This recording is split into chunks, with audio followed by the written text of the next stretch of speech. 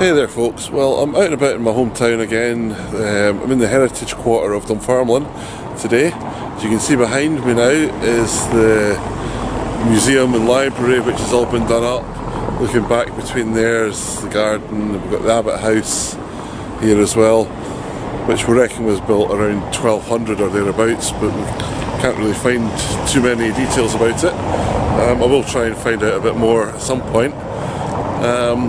As we walk through here, just having a little look about. Just come from my job today actually, minor rant I suppose, where a guy totally vandalised one of the local schools, smashed windows with fire extinguishers and photocopier and a fridge, so that's not exactly one of the best starts to the day, but I thought I'd come out round Dunfermline for a little while. I've been out doing a wee job. There's a beautiful gate that's all been set up there. The thing is, the Abbot house kind of went downhill a little bit when they didn't have enough money to keep it running, so it's closed at the moment. I believe that they're getting another investor involved to help it out. Let's hope so, because it's a beautiful building inside. We're walking down here now towards the Abbey, which was finished in 1170. It's really quite an impressive bit of building. So, wandering down here, got the creepy wee pub, which was one of my favourite pubs for a while. Really nice inside. I haven't been in for a while, to be honest, to go back in again. But not drinking, it kind of makes it awkward. There's only so much coke you can drink. That's the creepy wee pub at the back of me there just now, and the Old Inn. So we're coming into the graveyard now, around Dunfermline Abbey, where King Robert the Bruce, his body's actually buried. His heart isn't. I think that's down in Melrose from what I remember of history, but I only took history for a couple of years, so I'm not that brilliant at it. As we spin round, we've got some excavation work going on there, where they've found the ground is basically settled even more and sunk slightly, and they've been clearing it up. They found a load of old gravestones there. As we spin round, we've got the Abbey in the back of me there, which is a wonderful building. As I say, the old part was 1070 it was built, well, it was finished anyway. I think it was 1134 it was started or thereabouts. These are numbers that they're in my head somewhere, so I must have heard them at some point. Then over to my right we have Pittencrieff Park, which is locally known as the Glen, which was bought for us by a very kind man called Andrew Carnegie. He was born in this town, and he always used to look over it. It used to be a private estate and he wasn't allowed in. So when he became the multi-millionaire that he was, part of the money went into buying that for the people of Dunfermline. And then if we look behind us here, we've got the big doors to the Abbey. That's stunning. That's where if you get married you walk in there. Well, if you get married at the Abbey anyway, you walk in there. Behind us, well, in front of us actually, behind the camera, I'll turn around a little bit, you'll see the old palace. This is where King David was, I think it was actually. King James was born. St Margaret.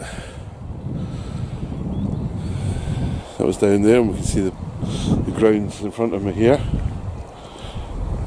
Got the other side of the Abbey behind me now. So it's quite a well-known area, this. Ancient capital of Scotland, although I have been told that could be getting debunked at some point. But hey, I was told it was ancient capital. I believe it's ancient capital. It's very important to me. Some very important people were born in Dunfermline. Andrew Carnegie, Stuart Adamson from Big Country. In fact, Big Country came from here as well, the band The Skids. Massive heavy metal band, heavy rock band called Nazareth are from Dunfermline. Oh, and there's this quite well known photographer as well. Oh yeah, me. As you can see behind me, we've got the buttresses of the old part of the Abbey. We've got the tower above us here. I'll pop down into the corner where there's a lovely angle to get a shot of the Abbey as well.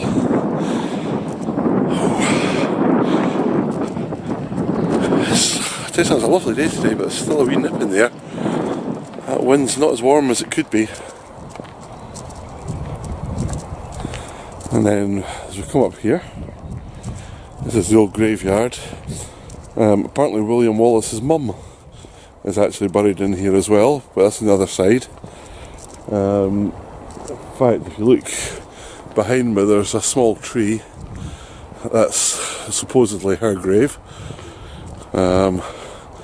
Behind me, there's Dunfermline Abbey. Amazing building. I absolutely love it up here. I think I may have mentioned that already once or twice. As we come round here, the nave part of the Abbey was all changed over in the 1200s, I believe it was, and it was, I think it was the 1200s anyway. We'll soon find out. So we're coming up here to the shrine of St Margaret. Now this was originally in the Abbey as well. We can see part of the, I'll spin round here. There we go. There's St Margaret's shrine, and that's the old part of the wall around it. Come through here. We've got the Abbot house behind us now. That's the one that I showed you from the front. As we come in, if you actually look at the rock here, you can see some fossils built into it, or in it anyway. And that was originally put up, you can have a look. It says Margaret was an English princess who married Malcolm III. It wasn't David, I was wrong, sorry. Founded the priory here and was later made a saint. And if you can read all of that, you can see there, that's the stonework underneath, that's the plinth. And on top of it was the casket for her body, which was covered. And then it was all changed slightly, and apparently they didn't want certain bits inside. So as you can see, here we have what would have originally been in the wall, or the inside part of the wall anyway. Now these wee holes here, we're not quite sure what they are. I think we're having a chat today, there's a few of them there. Possibly little fonts for washing hands or something like that, which actually makes quite good sense. And then we'll walk around here, and then again this new bit that's built on was built onto the old library, which is now the new Dunfermline Museum, or it will be when it's opened anyway. And we get lots of people wandering through here. It's a lovely wee place. Could really be getting used more, but this is only part of the heritage area. We've got Andrew Carnegie's house as well, his original birthplace, which is just down the hill a little bit. But I've only got another 5 minutes to park, so I'll go and get in the car and maybe spin past that way and do a little shot of where Andrew Carnegie was born. Behind me now, you'll see Andrew Carnegie's house. This is where he was born originally.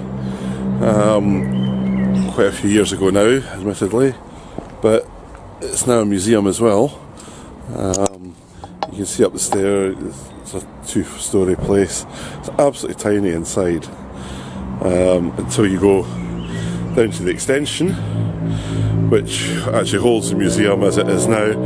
The house itself has got like a coffee shop in it, and there's an area there where you can actually see the house itself. You go up into the rooms. In the rooms, actually, where he's got a lot of, it's actually set out exactly as it was when he was there. The main part, well, there's one thing that is original to him, and that's his writing desk, which is up there as well, which actually photographs an American ambassador sitting in front of, which is quite cool. As you can see here, this is the extension which holds the museum and a lot of his things that he's owned or that he was presented with as well.